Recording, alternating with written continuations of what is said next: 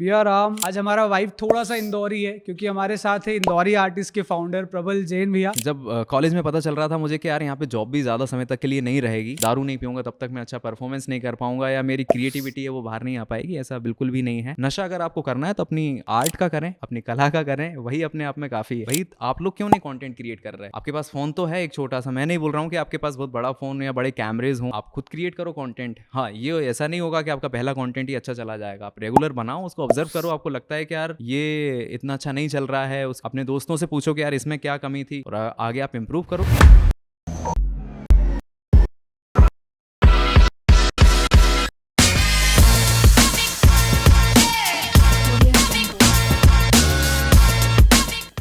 भैया राम, मैं हूँ आशीष नामदेव। आशीष इंटरेक्शन के इस शो में आपका स्वागत है। आज हमारा वाइब थोड़ा सा इंदौरी है क्योंकि हमारे साथ है इंदौरी आर्टिस्ट के फाउंडर प्रबल जैन भैया। प्रबल भैया से हम लोग आर्टिस्ट लाइफ के बारे में कई सारी बातें करेंगे। प्रबल भाई, स्वागत है आपका Ashish interaction. Thank you so much Ashish, मुझे यहाँ पे इनवाइट करने के लिए, और मुझे काफ़ी अच्छा लग रहा है आपकी टीम से मिलके, आपसे मिलके। सो आपको बहुत बहुत धन्यवाद मुझे बुलाने के लिए। थैंक यू सो मच प्रबल भाई। प्रबल भाई, इस शो की शुरुआत हम करना चाहेंगे आपकी जर्नी के साथ में। इंदौरी आर्टिस्ट की जर्नी कैसे शुरुआत हुई और साथ ही इंदौरी आर्टिस्ट से स्वच्छ इंदौर के ब्रांड एम्बेसडर बनने का आपका सफ़र कैसा रहा? बिल्कुल, देखो मैं थोड़ा और इसको और पीछे से शुरू करता हूँ कि विदिशा ज़िले में एक गांव आता है मुरारिया के नाम से। तो बेसिकली मैं वहाँ से रहने वाला हूँ। मैंने पीसीएम लिया था। वहाँ से जब मतलब मेरा मुझे लग रहा था कि मुझे इंदौर आके इंजीनियर बनना है, आईटी करना चाहिए। मैंने आईटी की तैयारी के लिए यहाँ पे आया, तो उसमें नहीं हो पाया, बट पीईटी होती थी उस टाइम पे, उसमें मेरा सिलेक्शन फिर मेडिकेप्स कॉलेज में हुआ और वहाँ पे मैंने कंप्यूटर साइंस से इंजीनियरिंग किया। बट बीच में मतलब जब कॉलेज में आया तब इंटरेस्ट मुझे म्यूज़िक में आया। इसके पहले मैं म्यूज़िक में मतलब सुनता ही था, मतलब कभी इच्छा रहती थी कि हाँ यार कुछ कभी गिटार बजा पाएँ या फिर म्यूज़िक में कुछ कर पाएँ। बट जब कॉलेज आया तो कॉलेज में मुझे एक बार स्टेज पे जाने का चांस मिल गया, और जो थर्ड ईयर में था वो ऐसा नहीं हुआ था कि फर्स्ट ईयर में मिल गया था। थर्ड ईयर में जब मैं कॉलेज में मतलब स्टेज पे जाने का मौका मिला तो लोग मतलब जो 3 साल में लोग मुझे नहीं पहचान पाए थे, वो एक बार स्टेज पे जाने के बाद लोग मुझे मतलब थोड़ा जानने लग गए, पहचानने लग गए। इसके पहले तक ऐसा था कि कुछ खास कुछ भी नहीं था, और मैं सोच रहा था कि यार कुछ जॉब मिल जाए इसके बाद तो हम लोग कुछ कर पाएँ, मतलब कि। बट जब म्यूज़िक में जब मैंने किया तो मुझे लगा कि यार ये चीज़ ऐसा कुछ मतलब मुझे मतलब ऐसा लग रहा था कि इस पे कुछ हो सकता है यार, ये कुछ चीज़ अगर हो जाए लाइफ में तो मज़ा आ जाएगा। बट वही जब एक फेज़ होता है कि यार आपका जब फाइनल ईयर आ गया, कंपनीज़ में अप्लाई किया तो कुछ बहुत सारी कंपनीज़ में नहीं हो पाया मेरा सिलेक्शन। बट मुझे हमारे कॉलेज था तो मेडिकल्स में मुझे वहाँ पे पढ़ाने का मौका मिल गया, वहाँ पे मुझे जॉब मिल गई। बट ये है कि जब आप जॉब में रहते हो तो और भी चीज़ें करनी रहती हैं, जैसे बी कर लिया, इसके बाद फिर एमटेक का प्रेशर था कि एमटेक करना ही पड़ेगा वहाँ पे, तो वो समाउ नहीं कर पाया मैं। जब एमटेक नहीं कर पाया तो आप एलिजिबल नहीं रहते हैं फिर वहाँ पे आगे टीचिंग के लिए, पढ़ाने के लिए, तो वहाँ से भी मुझे मतलब फिर निकलना पड़ा। बट ये था कि म्यूज़िक ऐसी चीज़ थी जो कि मुझे मतलब करनी थी, और बट वो उतना रिस्क भी था। अब आपका टाइम हो गया एक कमाने का, घर वालों ने भी गांव से भेजा है, और भी जितने लोग देखते हैं रिलेटिव्स हैं सब लोगों को ये लगता है कि यार ये मतलब मेरे गांव में तो मैं बता रहा हूँ कि मुश्किल से 2-3 लोग ही इंजीनियरिंग जिन्होंने किया है बाहर जाके।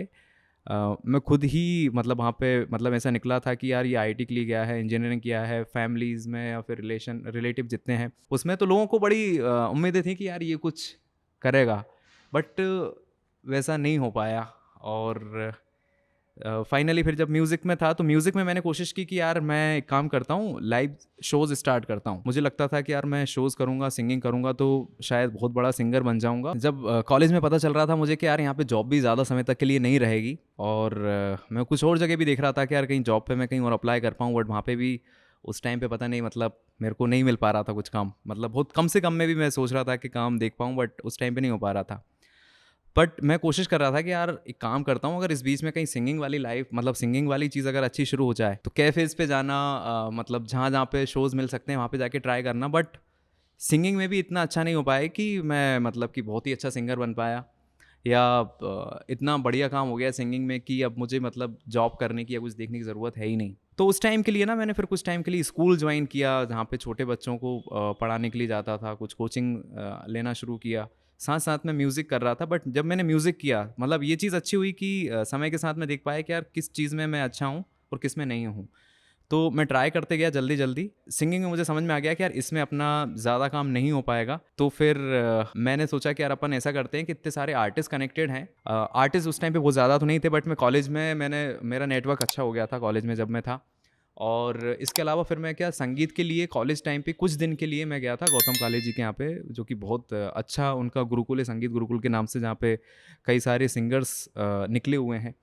तो उन लोगों के कहीं ना कहीं मैं नेटवर्क में कुछ टाइम के लिए आ गया।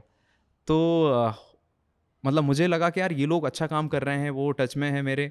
और थोड़ा बहुत मैंने जितनी जगह जाके पिच किया था खुद को, तो मैं पहले तो खुद के लिए करता था, बट जब मेरे शोज़ कुछ अच्छे नहीं हो पाए तो मुझे लगा कि यार मेरे से अगर बेटर कोई और कर सकता है तो अपन उसको पिच करें। तो उन लोगों में से कुछ लोगों को पिच किया, तो कुछ एक जगह पे काम होना शुरू हुए। मैंने किसी और को भी काम दिया, तो मुझे ऐसा लगा कि यार शायद मैं खुद सिंगिंग में बेटर नहीं हूँ, बट मैं कुछ और लोगों को शायद काम दिला पाऊँ, और उसमें मतलब मेरा भी कुछ ना कुछ कमीशन रहेगा, तो हम दोनों का काम हो पाएगा उसमें। तो ये कॉन्सेप्ट कहीं थोड़ा सा दिमाग में था उस टाइम पे, और मैं म्यूज़िक में था तो उसी में था। फिर धीरे से आके समझ में नहीं आया था कुछ। हम लोगों ने प्लेटफॉर्म का नाम रखा पहले PNP एंटरटेनमेंट, बट वो कुछ चला ही नहीं। फिर सोचा कि यार नाम हमारे प्लेटफॉर्म का बहुत अच्छा कुछ होना चाहिए, बहुत कैची होना चाहिए। तो पहले मैं कुछ सोच रहा था कि इंडियन म्यूजिशियन, या फिर इंडियन मतलब कहीं ना कहीं मेरे म्यूज़िक के बीच में ही कहीं ना, मतलब उस टाइम पे मेरा दिमाग उतना ही चल पा रहा था। बट जब मैंने नाम निकाले बहुत सारे, तो इंदौरी आर्टिस्ट भी एक नाम था कि यार इसमें से इतने सारे नाम में से कौन सा चूज़ किया जाए। फाइनली फिर हम लोगों ने इंदौरी आर्टिस्ट नाम चूज़ किया। और तब के बाद तो फिर मतलब पूरी कहानी मतलब सब कुछ चेंज ही हो गया। आपकी स्टोरी काफ़ी अच्छी लगी, इंदौरी आर्टिस्ट को स्क्रैच से बनाने की स्टोरी काफ़ी इंटरेस्टिंग लगी। प्रबल भाई, आप खुद भी एक आर्टिस्ट हैं और आप कई सारे आर्टिस्ट को प्लेटफॉर्म दे रहे हैं, उन्हें मोनेटाइज भी कर रहे हैं। आर्टिस्ट के साथ काम करने के बाद में आपको आर्टिस्ट की लाइफ कैसी लगती है? उनके सक्सेस, फेलियर, मिथ्स क्या क्या हैं आर्टिस्ट लाइफ के बारे में? यार आर्टिस्ट की लाइफ, पहली चीज़ मैं बताऊं कि थोड़ी सी चैलेंजिंग तो होती है, क्योंकि सबसे पहले उसको उसका घर परिवार को कन्विंस करना कि यार मैं कुछ एक नई फील्ड में जा रहा हूँ, जो कि सबके लिए इतना आसान नहीं रहता है कि उनको बोल पाएँ कि यार, वो सब पेरेंट्स भी एकदम आके सपोर्ट कर पाएँ कि नहीं भाई तू कर। जैसे वो पढ़ने के लिए बोलते हैं ना, बेटा हाँ जाके मन लगा के पढ़, कुछ भी तेरे को दिक्कत आए हमें बताना, बस तू पढ़ाई कर। ऐसा वो अगर आर्ट में बोल दें तो पता नहीं कहाँ पे हम लोग, मतलब आर्टिस्ट कहाँ तक चला जाए। बट उसके साथ साथ हम लोगों को ये भी समझना पड़ेगा कि वो गलत नहीं बोलते हैं वो सारी जगह पे। वहाँ पे आपको तो लग रहा है कि भाई मैं तो बहुत बड़ा आर्टिस्ट बन जाऊँगा और बड़ा बड़ा काम कर लूँगा, पर वहाँ पे पता चला कि आप कुछ कर ही नहीं पाए। आप पढ़ाई भी नहीं कर पाए, कहीं जॉब देखना था वो भी नहीं कर पाए, और आपकी मतलब फिर ऐसा लगेगा कि, फिर ऐसा हो जाता है कि एक फेज़ ऐसा आ जाता है कि आपके दिमाग में फिर आता है कि अरे अब क्या होगा भाई मेरा, मतलब ना तो मैं जॉब कर पाया, ना जिस फील्ड में मैं आया था ना उसमें कोई रिस्पॉन्स दे रहा है मुझे। तो उस फेज़ में आप कुछ भी नहीं कर सकते। इवन आप सोचो कि आप मैं कंटेंट बना लूँ, आपका मन ही नहीं करेगा, दिमाग ही काम नहीं कर पाएगा। तो ये दोनों चीज़ों को एक बैलेंस किया जाए। और तीसरी चीज़, आर्ट में अगर आप आ रहे हो तो आप कोशिश करो कि यार नशे से थोड़ा सा दूर रहें, क्योंकि एक बार आप इसके अंदर पहुंच गए तो फिर निकलना बड़ा मुश्किल होगा। तो ये कुछ चीज़ें आर्टिस्ट के लिए हैं, और आर्टिस्ट को कई बार ये लगता है कि मैं तो फटाफट जाके यार मैं स्टार बन जाऊंगा। अब तो एक लेवल पे अगर वो चला गया और कुछ जगह पे जाके उसने बहुत लोगों के सामने अगर आ गया, बढ़िया सा उसका लोगों तक उसका नाम पहुंच गया, कई बार लोगों में फिर ये आ जाता है कि अरे अब तो मतलब कि मैं ही हूँ, मतलब सारी चीज़ें, मतलब मैं खुद कर सकता हूँ। तो ये बहुत कम लोगों में होता है। मतलब ऐसा नहीं कि हर आर्टिस्ट ही ऐसा होता है, मतलब बता रहा हूँ मैं अलग अलग कैटेगरीज में। और बहुत सारे लोग ऐसे हैं कि जो इसमें जाते हैं, चीज़ों को समझते हैं। गलतियाँ करना दिक्कत नहीं है, गलतियाँ तो होती हैं, ऐसा नहीं होगा कि आप सारी चीज़ें परफेक्ट ही करोगे। इवन हमारी स्टार्टअप की भी बात करें तो वहाँ हज़ारों गलतियाँ होती हैं आज हमसे, मुझसे भी कई सारी गलतियाँ होती हैं, अभी भी मैं सीख ही रहा हूँ। तो आपको सीखते चलना है हर जगह पे, समझते चलना है कि यार ये चीज़ काम नहीं कर रही तो मैं दूसरी तरीके से स्टार्ट करूँ। जैसे कि मैंने मेरी चीज़ों में देखा कि मैं सिंगर बनना चाह रहा था, जब मैंने देखा कि यार मैं सिंगर नहीं बन पाऊँगा, अगर बनूंगा भी तो 2-4 साल लग जाएंगे, इसमें इतना टाइम नहीं है मेरे पास, या इतना मेरे खुद के पास, या ना मेरे पास कोई जॉब है, तो मैं इतना सर्वाइव भी नहीं कर सकता इतने टाइम तक। तो वहाँ पे मैंने समझा कि शायद अगर मैं खुद ही सिंगिंग के लिए भाग रहा होता तो शायद कोई हो सकता था छोटा मोटा या तो कर पाता, बट इंदौरी आर्टिस्ट शुरू नहीं हो पाता। तो वहाँ पे मैंने डिसीजन लिया कि नहीं यार, सिंगिंग के अलावा कुछ और समझते हैं, उसके आसपास की चीज़ों में ही आपको बहुत सारी अपॉर्चुनिटीज़ मिल जाएंगी, आपको कई सारे ऑप्शन मिल जाएंगे। ऐसा नहीं है कि आप अगर उस फील्ड में अगर आप गए हो, आप अगर कंटेंट बनाने पे आए हो, जिस तरीके से आप शो कर रहे हो, तो अगर मान के चलो कि ऐसा होगा नहीं ऐसा, बट अगर मान के चलो ये चीज़ नहीं चल रहा है तो आपको दूसरी चीज़ें ट्राई करना चाहिए कि यार चलो मैं कुछ और ट्राई करता हूँ। अगर आपको बढ़िया सा कुछ बिजनेस मॉडल बनाना है या काम करना है या क्रिएटर ही बनना है, क्रिएटर में भी फिर बहुत सारी चीज़ें आ जाती हैं कि आप किस तरह का कंटेंट बना रहे हो। कभी कॉमेडी बना है तो नहीं चल रहा है, चलो दूसरा ट्राई करके देख लो। तो यही चीज़ें हैं कि आपको सीखते हुए चलना है, ऑब्जर्व करते हुए चलना है। कोई चीज़ अगर काम नहीं कर रही है तो उसको थोड़ा सा ब्रेक दो, दूसरी चीज़ें स्टार्ट कर दो साथ में, और लोगों से फीडबैक लेते रहो। बाकी तो जनता खुद ही आपको, सोशल मीडिया के साथ सबसे अच्छा काम ये है कि जनता आपको खुद ही बता देती है कि आपकी चीज़ कौन सी अच्छी है, कौन सी नहीं है। और अगर आपके पास कुछ नेगेटिव कमेंट्स आए, कुछ चीज़ें हों, तो उसको आप पॉजिटिव तरीके से लीजिए। ऐसा नहीं होता है कि सब लोग आपकी तारीफ़ ही करेंगे, वहाँ पे नेगेटिव चीज़ों को भी आप पॉजिटिव तरीके से लें तो बहुत कुछ सीख सकते हैं। आपके कंटेंट बनाने पे ज़रूर मैं बोलूँगा कि आप लोग फोकस करें, क्योंकि काफ़ी सारी गलतियाँ कुछ समय बाद तो आप खुद भी देख सकते हो, और जो आप नहीं देख पा रहे हो वो कई बार आपके जो अच्छे दोस्त होंगे वो आपको बता देंगे कि यार इसको ऐसा नहीं ऐसा कर, ये नहीं होना चाहिए। तो बस यही मेरा सजेशन था उन सभी क्रिएटर्स के लिए, और आपके क्वेश्चन का आंसर भी। इंदौरी आर्टिस्ट को इनिशियली जब किसी ने देखा है तो सोशल मीडिया से ही बूम अप हुआ है।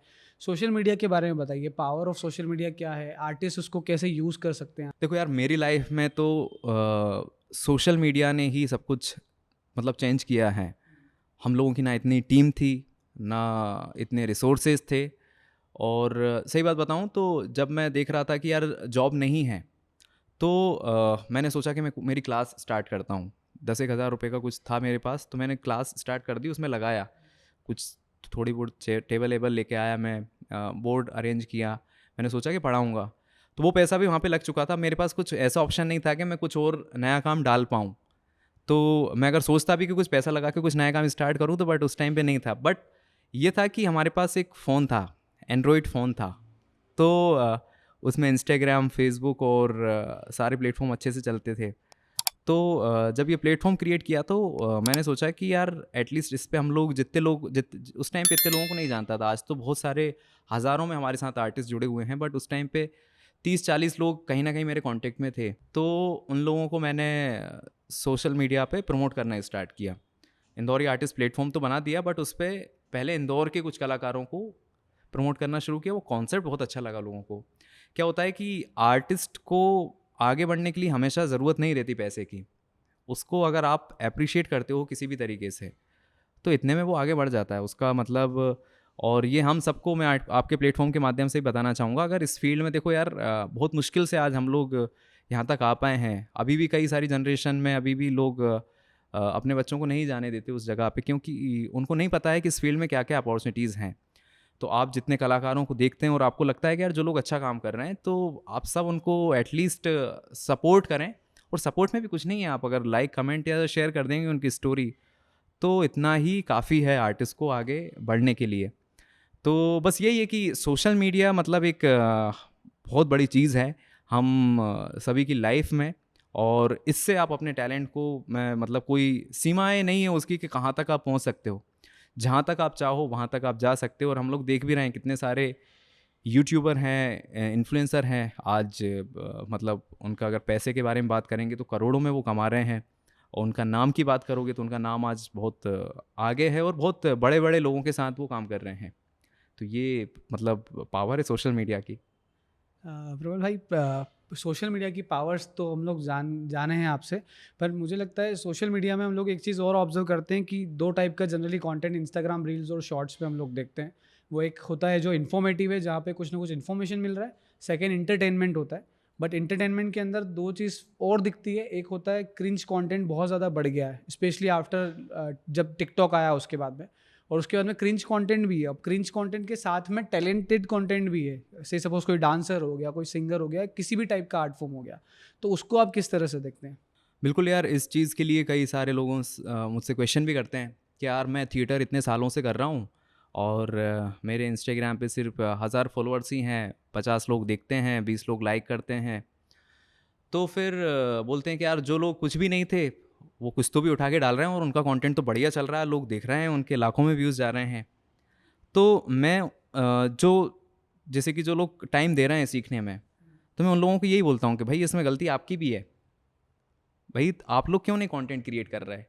आपके पास फ़ोन तो है एक छोटा सा, मैं नहीं बोल रहा हूँ कि आपके पास बहुत बड़ा फ़ोन या बड़े कैमरेज हों, पर आप खुद क्रिएट करो कंटेंट। हाँ, ये ऐसा नहीं होगा कि आपका पहला कंटेंट ही अच्छा चला जाएगा। आप रेगुलर बनाओ, उसको ऑब्जर्व करो, आपको लगता है कि यार ये इतना अच्छा नहीं चल रहा है, उसकी तो कुछ अपने दोस्तों से पूछो कि यार इसमें क्या कमी थी, और आगे आप इम्प्रूव करो, तो आप में भी वो चांसेस थे कि आप वहाँ तक जा सकते थे।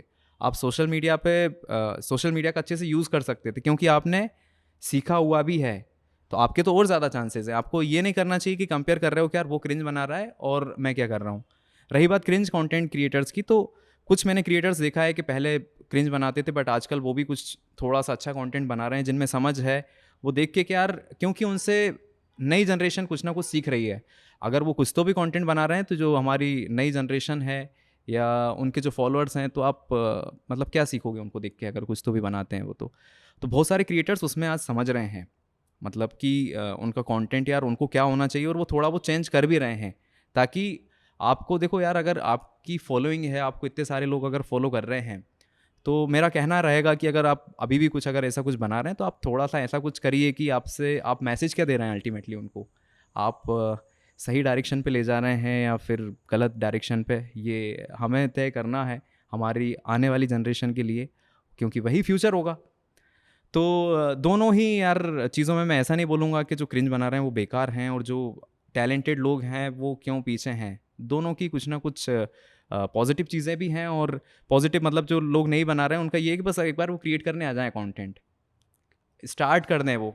और जो अगर क्रिंज बना भी रहे हैं, तो वो थोड़ा सा देखें कि यार आपको आपको लोग फॉलो करते हैं, आपको जानते हैं, तो आपका नाम अच्छी तरीके से मार्केट में जाए और आप किसी तरीके से कुछ अच्छा मैसेज पहुंच पाए लोगों तक। प्रभु भाई, एक चीज़ जो बहुत कॉमन देखी जाती है आर्टिस्ट के अंदर, कि अगर कोई आर्टिस्ट सक्सेस हो जाता है, कोई सफल बन जाता है, और अगर कोई फेलियर हो जाता है, दोनों में एक कॉमन चीज़ है कि ड्रग कंजम्पशन या अल्कोहल कंज्यूम करना स्टार्ट कर देते हैं। क्योंकि कुछ आर्टिस्ट ऐसे हैं जो बिना अल्कोहल के या इन चीज़ों के बिना नशे के परफॉर्म ही नहीं कर पाते, और कुछ ऐसे हैं जो नहीं बन पाए अगर कुछ, या नहीं आगे बढ़ पाए, नहीं उठ पाए, तो फिर वो गलत रास्ते की तरफ चले जाते हैं, या बजाय कि उस पर और काम करने की बजाय। इसको आप किस तरह से देखते हैं? यार बिल्कुल, ये मतलब ऐसा नहीं है कि ये मैंने सिर्फ सुना है, मतलब ऐसा है कि ये मैंने देखे हुए हैं सामने लोगों को कि यार इन सब चीज़ों में चले गए और उनकी कितनी अच्छी लाइफ थी, कितना अच्छा करियर था, पूरी तरीके से बर्बाद हो गया है। और कोविड के बाद से तो और ज़्यादा देख रहा हूँ मैं ये सब चीज़ें,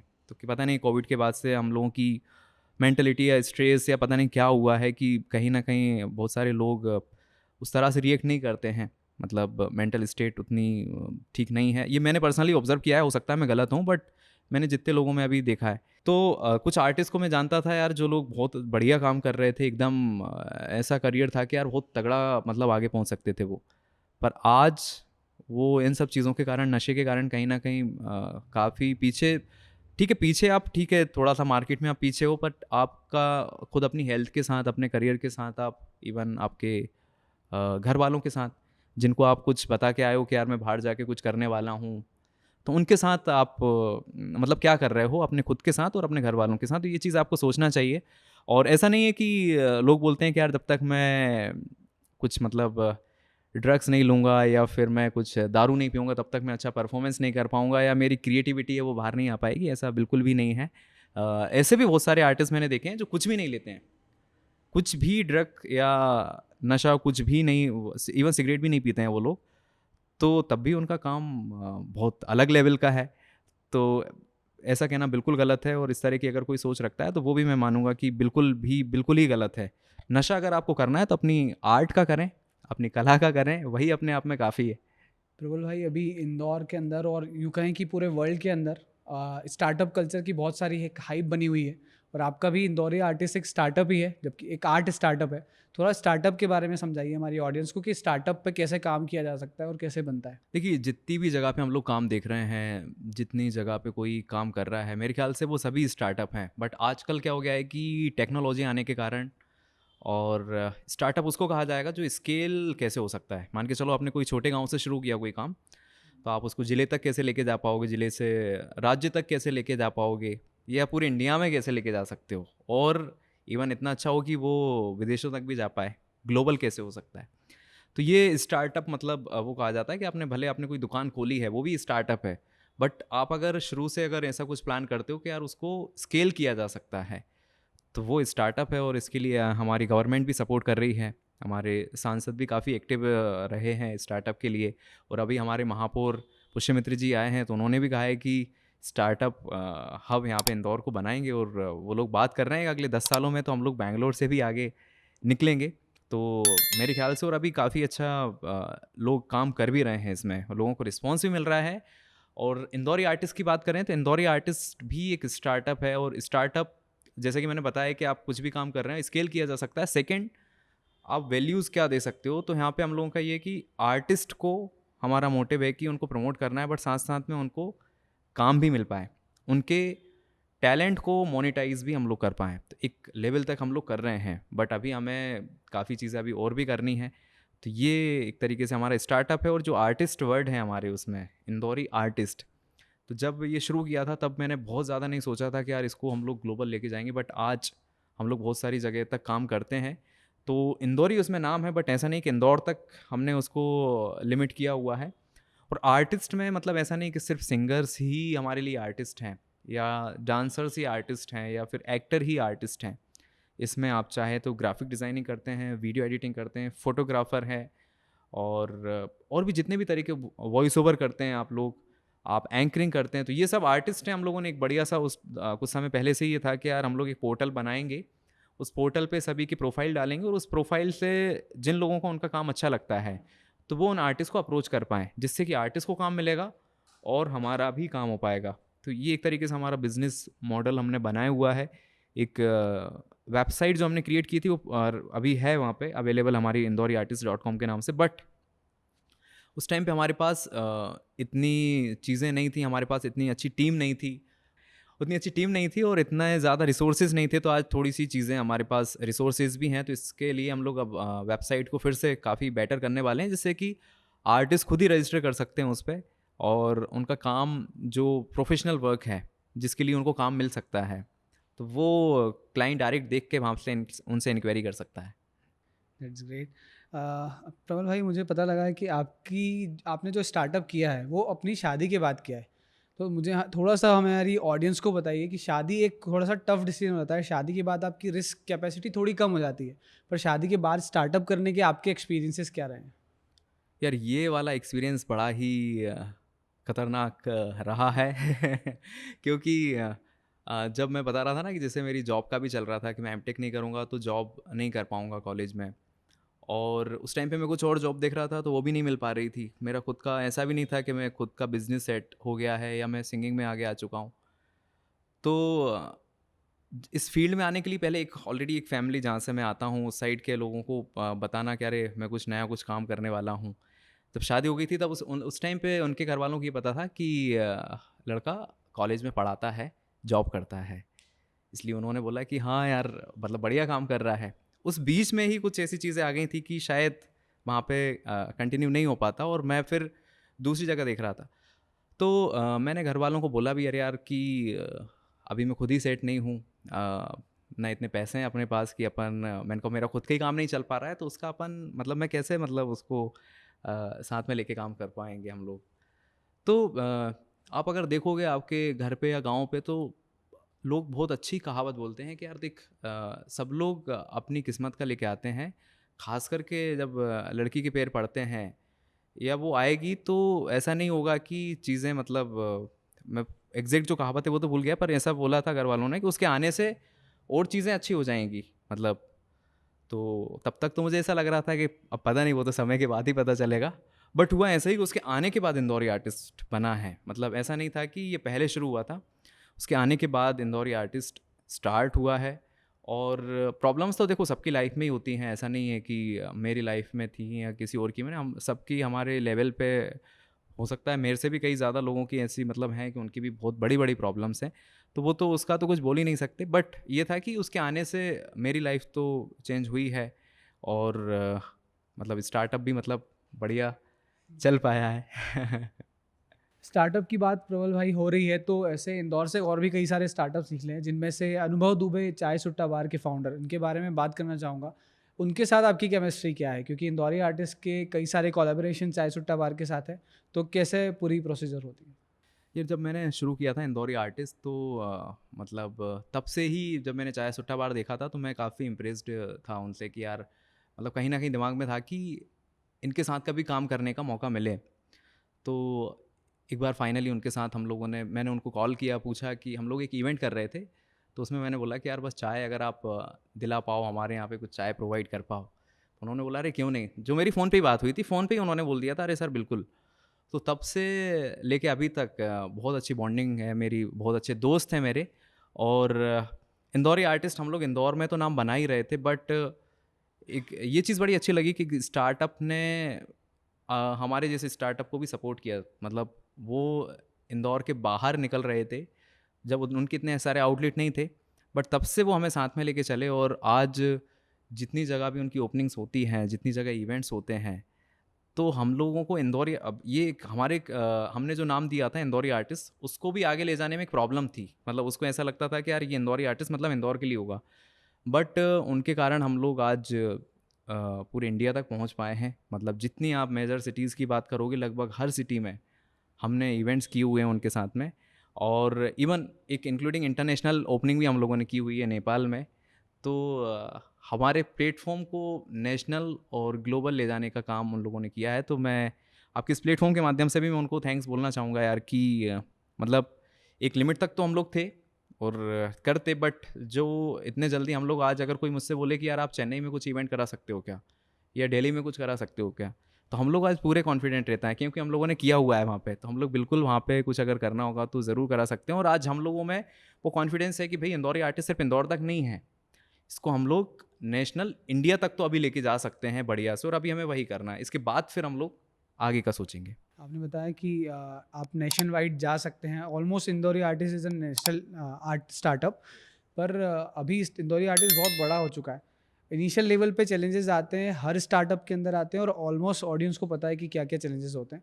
पर अभी आज कैसी लाइफ चल रही है इंदौरी आर्टिस्ट के ऊपर? कोई चैलेंजेस आज भी आपको आते हैं या सब कुछ बहुत स्मूथली जा रहा है? देखिए स्टार्टअप मतलब ऐसा है कि जितने आप आगे बढ़ते रहोगे चैलेंजेस बढ़ते ही जाएंगे। ऐसा नहीं होता है कि कम हो जाते हैं। हाँ, दूर से देखने में कई बार लगता है कि अरे आज ये बढ़िया इधर काम कर रहे हैं, वहाँ पे कर रहे हैं, तो मतलब क्या बढ़िया लाइफ होगी इन लोगों की। जबकि एग्जैक्टली बिल्कुल इसके अपोजिट ही होता है। ऐसा नहीं होता है, आपके चैलेंजेस और बढ़ जाते हैं। बहुत सारी चीज़ें मतलब इसमें आपको फेस करना पड़ता है।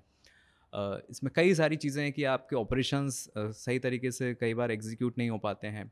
अब आज हमने ये तो समझ लिया कि हम लोगों में पोटेंशियल तो है, काम तो कर रहे हैं, बट जब तक हम लोगों की एक ऐसी टीम नहीं बन पाती है कि जो कि मतलब पूरी चीज़ों को अच्छे से समझ के और अच्छी तरीके से हम लोग हमारे सिस्टम और प्रोसेस अगर डेवलप कर पाते हैं, तो हम लोगों के विद इन 6 मंथ में ही इतने अच्छे चांसेस हैं कि हम लोग बहुत अच्छा एक्सपांड कर सकते हैं। बट उसके लिए मुझे खुद को भी वर्क करना पड़ेगा, मेरी टीम को भी काम करना पड़ेगा। और जैसा कि चैलेंजेस की बात कर रहे हैं, तो चैलेंजेस तो रहेंगे। मतलब स्टार्टअप का मतलब ये है कि आप चैलेंजेस आते जाएं और आप उसका सॉल्यूशन निकालते जाओ, तो वही स्टार्टअप है। ऐसा बिल्कुल भी अगर कोई सोच के आता है कि चलो 2-3 साल करना है, इसके बाद तो फिर मस्त लाइफ है, कुछ नहीं करना है, तो ये बिल्कुल गलत थॉट है। उसके लिए मैं, हाँ, ये इस क्वेश्चन के साथ मैं उन लोगों को भी सजेस्ट करूँगा जो लोग स्टार्टअप में आना तो चाहते हैं, बट वो कोई इन सब चीज़ों में पढ़ना नहीं चाहते, या कुछ भी चैलेंज आ गया तो अचानक घबरा जाएंगे। या इसमें इवन मतलब मैं तो सही बता रहा हूँ, मेरे बारे में बताऊँ तो कई बार ऐसे थॉट आते हैं कि अरे यार ये कहाँ अपन आ गए। अब तो ठीक है, तब उस टाइम पे जॉब नहीं थी, आज तो जॉब मिल भी सकती है, ठीक ठाक जॉब मिल सकती है, क्योंकि अब नाम और बाकी चीज़ें कर ली हैं, तो बढ़िया सा जॉब करके शांति से जीवन निकाल सकते हैं। तो कई बार ऐसे थॉट आते हैं, पर वो नहीं हो पाता। मतलब इतना आने के बाद फिर ऐसा रहता है कि नहीं कर पाएंगे भाई, कहीं पे जॉब अब पॉसिबल नहीं है, अब जो करना है बस यही करना है। और इसे करने के देखिए सबसे बड़ा मोटिव ये है कि आप कोई प्रॉब्लम सॉल्व कर रहे हो। स्टार्टअप वही होता है कि सच में ही अगर कोई प्रॉब्लम हो, अगर आप उसको सॉल्व कर रहे हो, तो यहाँ पे मैंने देखा कि आप अगर आर्टिस्ट की प्रॉब्लम को अगर सॉल्व कर रहे हो तो जो बहुत बड़ी चीज़ है, क्योंकि पहली मैंने बात बताया कि हमारी सोसाइटी में इतनी चीज़ या इतनी अवेयरनेस, इतना इसके बारे में पता नहीं है। दूसरी चीज़, इसमें स्कोप बहुत ज़्यादा है आज के टाइम पे। मतलब पहले अगर कोई बोलता आज से 10-15 साल पहले कि यार इस फील्ड में जाने से थोड़ा सा रुको या देखो, तब तक ठीक था। आज अगर हम लोग इसमें आगे नहीं बढ़े तो अब ये मान के चलना है कि अब इसका ही स्कोप बढ़ने वाला है।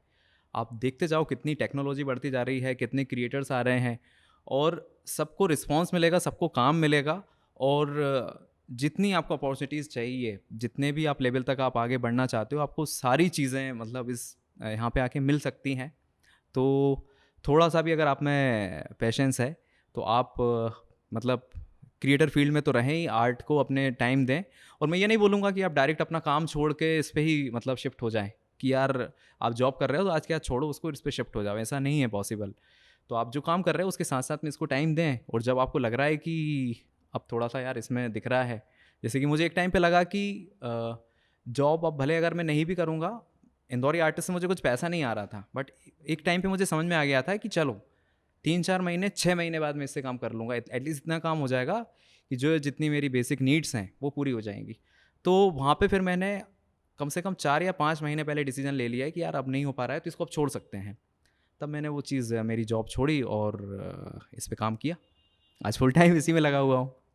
जो आपने बताया अभी कि इमोशन होता है कि कभी कभी लगता है कि यार ये सब मैं क्या कर रहा हूँ, इससे तो मैं जॉब ही कर लिया होता। और इसमें हमने डॉक्टर गौरव गर्ग सर को हमारे फर्स्ट एपिसोड में इनवाइट किया था, तब उन्होंने एक बात कही थी कि स्टार्टअप का सच ही यही है, एंटरप्रेन्योरशिप में आपको कभी लगता है कि आप पूरी दुनिया से ऊपर उठ जाएंगे, और कभी कभी लगता है कि मेरा स्टार्टअप बचेगा भी या नहीं। ये बिल्कुल सही बात है। प्रबल भाई, आर्टिस्ट को लेके जब बात हो रही है तो आपने बताया कि आप आर्टिस्ट को मोनेटाइज कर देते हैं और आर्टिस्ट को प्लेटफॉर्म भी देते हैं प्लस मोनेटाइज भी करते हैं। बट अभी बीच में एक कंट्रोवर्सी चली थी रफ्तार और एमी वेब की कि जिसमें रफ्तार ने कहा था एक इंटरव्यू में कि क्या रैपर्स पैसा कमा पा रहे हैं, और यही चीज़ जब आप आर्टिस्ट को प्रमोट कर रहे हैं तो मैं आपसे पूछना चाहता हूँ कि क्या आर्टिस्ट पैसा कमा पा रहे हैं? बिल्कुल कमा पा रहे हैं। कम से कम महीने में ही हम लोग 50 से 70 आर्टिस्ट मतलब मंथली अभी मतलब पेड हैं। अब वो ऐसा नहीं है कि सबका फिक्स है कि कोई 5 कमा पा रहा है, कोई 1 कमा पा रहा है, कोई 10 कमा पा रहा है, डिपेंड करता है। तो बट ये है कि हाँ, कर पा रहे हैं। बट अभी अब जो हमारे लिए प्रॉब्लम है कि क्या होता है कि काम या क्लाइंट मान के चलो होते हैं, मान के चलो कि लीड्स हमारे पास आई हैं 10, बट वहाँ पे आर्टिस्ट बैठे हैं 100। तो हम लोग वही प्रॉब्लम को सॉल्व करना चाह रहे हैं कि हमारे पास लीड्स 100 हों तो हम लोग 100 के 100 आर्टिस्ट को काम दे पाएँ। अब क्या होता है कि 100 आर्टिस्ट हैं तो उसमें अगर लीड्स अगर 10 हैं तो 10 लोगों को ही काम मिल पा रहा है, 90 लोगों को काम नहीं मिल पा रहा है। तो अब हम लोगों का फोकस ही उस पे है कि हम लोग ज़्यादा से ज़्यादा लीड्स उठा पाएँ, जिससे कि हम लोग ज़्यादा से ज़्यादा आर्टिस्ट को काम दे पाएंगे। और जितने ज़्यादा आर्टिस्ट को काम देंगे उतने ज़्यादा आर्टिस्ट का तो भला होगा ही, साथ साथ में हमारा भी भला होगा। आर्टिस्ट के बारे में बात कर रहे हैं हम लोग अगर, तो कई सारे ऐसे आर्टिस्ट हैं जो इंदौर से जिन्होंने नेशन वाइड पॉपुलर हुए हैं, जिसमें नाम आता है राज शमानी का, ओए इंदौरी का, शिखा आर्ट्स का, ऐसे और भी कई सारे ऐसे आर्टिस्ट हैं, रंजीत भैया उसके अंदर है। तो ऐसे कई सारे आर्टिस्ट हैं जिनके साथ आपने भी काम किया है। इनके साथ काम करने के आपके एक्सपीरियंसेस क्या है? यार इन सभी के साथ बहुत अच्छी एक्सपीरियंस है। इवन इनके अलावा भी बहुत सारे ऐसे आर्टिस्ट हैं जो बहुत अच्छे लेवल पे और बहुत बढ़िया काम कर रहे हैं। तो इनका मतलब ये है कि मैंने जब इन लोगों को देखा तो ये सबसे पहले तो ये रेगुलर हैं, चाहे वो कंटेंट की बात करें या अपने काम के लिए बात करें। ऐसा नहीं कि आज टाइम दिया कल छोड़ दिया परसों किया।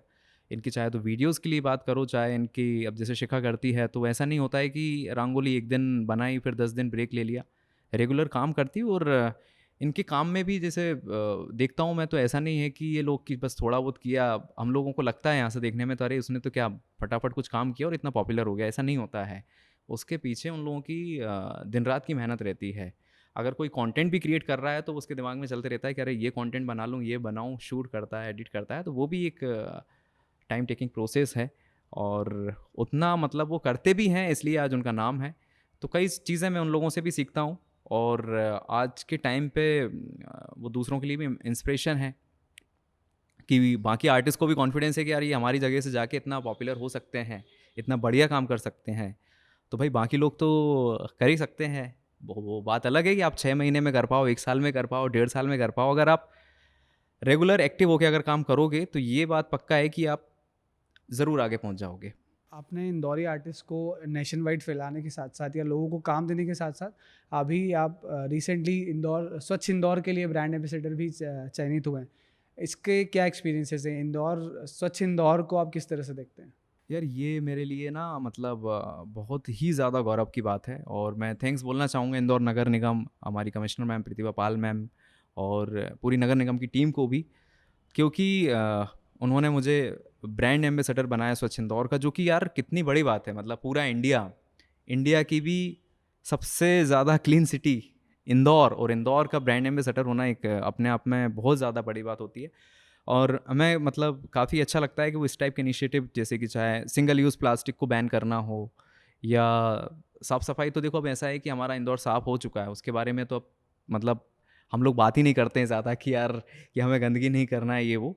अब कई सारे इनिशिएटिव हैं, जैसे कि अभी वाटर हार्वेस्टिंग को लेके किया था, और वायु के लिए भी मतलब चल रहा है कि हम लोग यार ये पॉल्यूशन या एयर क्वालिटी इंडेक्स को कैसे अच्छा बेटर कर सकते हैं। तो इतने अच्छे अच्छे इनिशिएटिव, पेड़ लगाने को लेके भी कई सारे इनिशिएटिव लिए गए। तो मतलब अगर हम लोग इंदौर में हैं तो सच में हम लोगों को प्राउड फील मतलब होना चाहिए। और मतलब इंदौर में अगर आप लोग हैं तो आप मतलब कई सारी चीज़ें आपके लिए ऐसा हो चुका है कि ऑलरेडी एक प्लस पॉइंट हो चुका है इंदौर में अगर आप हो तो। अब यहाँ पे आपको स्टार्टअप करना हो, आर्टिस्ट बनना हो, या कुछ और भी काम करना हो, तो बड़ा आसान हो सकता है यहाँ पे काम करना। इंदौर साथ ही साथ इंदौर फेमस है फूड के लिए और अपने कल्चर के लिए। फूड ब्लॉगिंग के बारे में आपके क्या एक्सपीरियंस है? क्योंकि फूड ब्लॉगर में हम लोग जब देखते हैं तो इंदौरी जायका और कई सारे ऐसे फूड ब्लॉगर, फूड इन्फ्लुएंसर्स हैं जो काफ़ी पॉपुलर हो चुके हैं नेशन वाइड। उनके लिए आपके क्या एक्सपीरियंस है और क्या व्यूज़ हैं? देखिए, फूड ब्लॉगर हुए या इन्फ्लुएंसर हुए, या मतलब इन्फ्लुएंसर या फूड ब्लॉगर मैं बोलना चाहूँगा, ये सभी लोग काफ़ी अच्छा काम कर रहे हैं, क्योंकि इंदौर की पहचान एक स्वच्छता से है, साथ साथ में हमारे फूडी के लिए भी हमारी पहचान है। तो वो ऐसा नहीं है कि पहचान है हमारी, मतलब सच में ही हम जब हम लोग भी कई बार बाहर जाते हैं और यहाँ पे दिखते हैं तो मतलब वो डिफरेंस दिखता है। तो जो इन्फ्लुएंसर हैं उनके लिए भी काफ़ी अच्छी और बड़ी अपॉर्चुनिटीज़ हैं। कुछ लोग तो बेटर कर ही रहे हैं, जैसे आपने इंदौरी जायका का नाम लिया, तो वो तो काफ़ी अच्छे लेवल पे काम कर रहे हैं।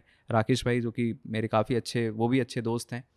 तो इसके अलावा जो नए इन्फ्लुएंसर या ब्लॉगर भी आ रहे हैं, उनके लिए भी आज अच्छी अपॉर्चुनिटी है, क्योंकि अगर इस फील्ड में, जैसे मैंने थोड़ी देर पहले भी बताया था, कि इस फील्ड में अगर कोई अगर आ रहा है, एंटर कर रहा है, तो आप मतलब दूसरा ऑप्शन मत रखिए कि अब जाना है आपको। आप अपना काम करते रहिए, जो और भी काम है आपके, पर इस काम को बंद मत करिए, क्योंकि हो सकता है कि आज से 2 साल बाद आपको कोई अच्छी अपॉर्चुनिटी मिलनी हो, तो वो आप 2 साल बाद फिर बड़ा रिग्रेट करोगे कि यार मैंने उस टाइम पे, क्योंकि जब जियो का चालू हुआ था 4G, शायद 16 में चालू हुआ था, उस टाइम पे जितने यूट्यूबर आए थे, जितने लोगों ने रेगुलर काम किया, आज वो काफ़ी अच्छे यूट्यूबर बन गए हैं। उस टाइम पे अगर मान के चलो कि अगर आपकी इच्छा थी, आपने सोचा हो, और अगर आपने काम नहीं किया है, तो आज वो लोग रिग्रेट करते हैं। और अब टेक्नोलॉजी और ये सब चीज़ें बढ़ती जा रही हैं, और हमारा शहर भी बहुत आगे बढ़ते जा रहा है। तो इसलिए ये हम सभी के लिए बहुत अच्छी अपॉर्चुनिटी है कि हम लोग इन सब चीज़ों का फ़ायदा उठाएं और आगे बढ़ें। प्रबल भाई, आर्टिस्ट के साथ में कई ज़्यादा काम करते हैं, आर्टिस्ट के आसपास आप रहते हैं हमेशा। कोई ऐसी टिप जो कोई अगर ऐसे व्यक्ति हैं जो रूरल एरिया में है या फिर जो अपना एक्सपोज़र नहीं मिल पा रहा है उनको, वो इंदौरी आर्टिस्ट के थ्रू कैसे कनेक्ट होकर आगे ग्रो कर सकते यार अभी तो देखो, हमारी टीम भी एक लिमिटेड है, ऐसा नहीं है कि हमारी बहुत ज़्यादा बड़ी टीम है, और हम लोग जगह जगह पे जाके सब जगह पे बहुत अच्छे इनिशिएटिव लेके उन सबको लेके आके आ पाएँ। बट हमारी कोशिश अभी से वही है कि हम लोग सिर्फ शहर में ही काम नहीं कर, क्योंकि मैं खुद भी एक गांव से हूँ यार, करीब 2000 लोग ही रहते हैं उस गांव में, जहाँ से मेरी पढ़ाई हुई है, वहाँ पे भी सरकारी स्कूल हैं। तो ऐसा नहीं होता है कि आपको किसी बड़े शहर में जाके ही मतलब आप बड़े आर्टिस्ट या बड़े कुछ काम कर सकते हो। तो मुझे पता है कि यार जो छोटे शहरों में है, तो वहाँ पे भी उन लोगों में बड़ा पोटेंशियल है। तो मैं तो स्पेशली जिस जगह से हूँ, तो मैं तो चाहूँगा ही कि यार वहाँ पे काम हो। हमारे इधर बुंदेलखंड चलती है, तो मतलब ऐसा है कि रीजनल आर्टिस्ट जो हैं, तो उन पे भी हम लोग काम शुरू करना चाहते हैं। अभी तक मतलब सोचा ही है, अभी तक एग्जीक्यूट नहीं कर पाए, बट जल्दी ही हम लोग कोशिश करेंगे कि हम लोग जल्दी से सिर्फ बुंदेलखंड ही नहीं, हर जगह, जैसे हमारे एमपी की बात करें तो यहाँ पे भी निमाड़ है, मालवा हो गया, बघेलखंड हो गया, तो वहाँ पे भी लोग देसी कंटेंट बढ़िया बनाते हैं, बढ़िया काम कर रहे हैं। तो हम उन लोगों को भी अप्रोच करेंगे और उनके साथ भी हम लोग काम करना चाहते हैं, क्योंकि मुझे जहाँ तक दिख रहा है, टाइम के साथ साथ हम लोग जो हमारे रीजनल कंटेंट हैं वो भी अच्छे चल रहे हैं, और रीजनल आर्टिस्ट की डिमांड बढ़ती जा रही है। आज आप भजन की भी बात करोगे ना, तो भजन में भी कभी सोचा नहीं होगा कि इतनी ज़्यादा डिमांड है। तो और अभी मतलब इवन करना भी चाहिए, ये तो हमारी संस्कृति है भाई, कि हमारा मतलब कि कोई अगर कल्चर है तो उसको भी प्रमोट करना है, और हमारी जो भाषाएं हैं या रीजनल जो भी चीज़ें हैं, उनके साथ साथ हम लोग उसको अच्छे से प्रमोट भी कर पाएंगे। भाई काफ़ी अच्छा लगा मुझे आपसे बात करके। आई एम 100% श्योर हमारी ऑडियंस में जो भी आपको सुन रहे हैं इस वक्त, उन्होंने बहुत सारी चीज़ें सीखी होगी, कुछ आर्टिस्ट आपसे इंस्पायर होंगे। मैं आपके सारे सोशल मीडिया हैंडल्स को इस डिस्क्रिप्शन के नीचे हैंडल करूँगा। आपको प्रबल जैन सर को बिल्कुल जाके फॉलो करना है और कई सारी चीज़ें आपको यहाँ पे जानने को मिलेगी। प्रबल भाई, इस शो को एंड अप करने के पहले मैं चाहूँगा, आपकी आवाज़ बड़ी अच्छी है, हमारी ऑडियंस के लिए आप जो भी परफॉर्म आपके लिए बेस्ट। बिल्कुल बिल्कुल मैं करता हूँ। उसके पहले एक चीज़ और मैं ऐड करना चाहूँगा कि देखिए क्या है कि आज इंटरव्यू में मैं आपके साथ बैठा हुआ हूँ, पर ऐसा नहीं होता है कि जैसे लोग देखेंगे हम लोगों को, और हो सकता है कुछ समय बाद ये अच्छा वायरल हो जाए तो और भी कई सारे लोग देखेंगे। तो ये जैसे कि आपने मतलब जहाँ तक भी हम लोग पहुँचे हैं, जितना भी काम हुआ है, जितना भी अभी तक का काम देख पा रहे हो, तो वहाँ पे ऐसा नहीं होता है कि यहाँ पे मैं आंसर कर रहा हूँ तो प्रबल जैन अकेला कर रहा है। वहाँ पे पूरी टीम के एफर्ट्स होते हैं। तो हमारी टीम भी कई सारे काम मतलब ये बहुत अच्छे तरीके से कराती है। तो मैं उनमें से कुछ लोगों के नाम बताना चाहूँगा। जैसे कि जब हम लोगों ने स्टार्ट किया था, मैं था, पूर्वा थी, डॉक्टर नेहा मैम जो हमारे साथ में जो खुद डॉक्टर भी हैं, डेंटिस्ट भी हैं, वो हमारे साथ में है। राहुल यादव के नाम से है, जो कि अभी तो खैर बाहर से कर रहा है, बट कुछ टाइम में मतलब अभी भी काफ़ी सारे काम इंदौरी आर्टिस्ट के वो देखता है। इसके अलावा विनय बदलानी के नाम से एक छोटा सा मतलब जब वो आया था तब उसकी एज करीब थी 16 साल मतलब, बट उसके काम मतलब ये मान के चलो कि 30-35 साल के जो बड़े बड़े लोग करते हैं उनसे भी ज़्यादा अच्छे थे। इसके अलावा उज्जवल सरफ जो कि एंकरिंग के लिए हमारे साथ मतलब जुड़ा था कि कुछ इवेंट्स में एंकरिंग करेगा, आज करीब चाय सुट्टा बार के साथ ही वो मुझे लगता है कि 150 प्लस सिटीज़ में जाके वो मुझे लगता है घूम के आया होगा उसने, मतलब पूरा इंडिया घूम लिया है और काफ़ी बढ़िया एंकरिंग करता है। इसके अलावा बताना चाहूँगा विमो सावंत जी हैं हमारे साथ में, एंकर मोहित है जो कि अभी क्या है कि कुछ लोग तो पूरे फुल टाइम हमारे साथ हैं, कुछ लोग कहीं और से या उनके घर से हमारे साथ में अभी जुड़े हुए हैं, हमारे साथ काम में लगे हुए हैं। तो ये लोग हैं हमारी अभी फ़िलहाल की अभी एग्जिस्टिंग टीम में हैं। अमीश है, अक्षता है, वंशिका है और भी कई लोग हैं जो घर से कुछ इंटर्नशिप कर रहे हैं। तो मैं सबके नाम तो अभी पूरे बता नहीं सकता क्योंकि काफ़ी लोगों का सपोर्ट रहा है और काफ़ी लोगों के कारण हम लोग ये काम कर पा रहे हैं। और इसके अलावा एक चीज़ और है कि ये अच्छा हुआ है कि हमारे साथ आर्टिस्ट का भी हमेशा सपोर्ट रहता है, तो वो भी एक टीम मेंबर ही है हमारे।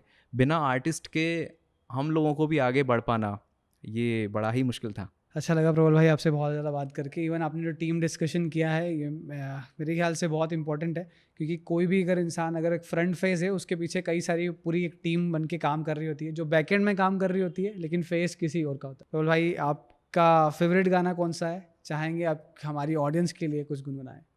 बिल्कुल, आज मैं कुछ नया ट्राई करता हूँ। मेरे गाने तो बहुत सारे फेवरेट हैं, पर आज मैं कोई भजन सुनाता हूँ आपको जो कि मुझे बड़ा अच्छा लगता है।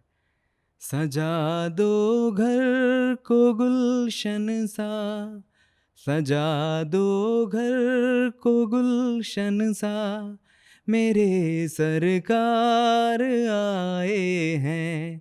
सजा दो घर को गुलशन सा, मेरे सरकार आए हैं। मेरे सरकार आए हैं, मेरे सरकार आए हैं, मेरे सरकार आए हैं। Thank you.